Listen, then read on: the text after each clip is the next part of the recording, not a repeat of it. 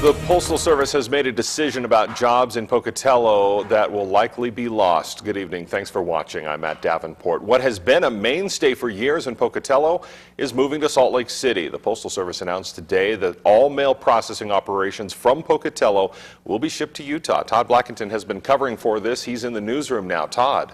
Well, Matt, for the people who use that post office on Flandreau Drive, eventually they may not notice much of a difference, but those back rooms, the processing centers, the sorting centers, those will eventually go quiet. Now, we do not know yet what kind of impact this will have on Postal Service employees and if they're going to be transferred.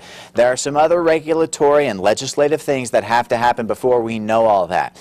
Now, the retail portion of that post office and the business mail entry unit will all remain unchanged for now. So you'll still be able to ship packages from the location as well as utilizing those post office boxes.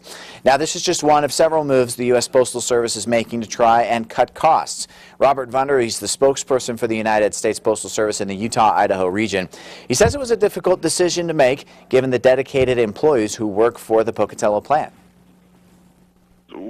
Our commitment is try to make this as seamless as possible, both from a customer standpoint as well as from an employee standpoint, recognizing there is some burdens that may be shared.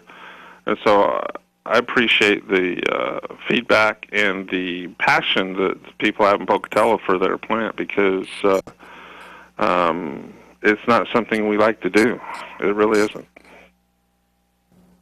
Now, Vunder went on to say that if the Postal Regulatory Commission and then lawmakers on Capitol Hill approve this measure, the Pocatello facility could be shut down sometime in 2013. So we've got a little while to go. The reason the announcement comes right now, though, is to satisfy some of the employee contracts that are currently in place.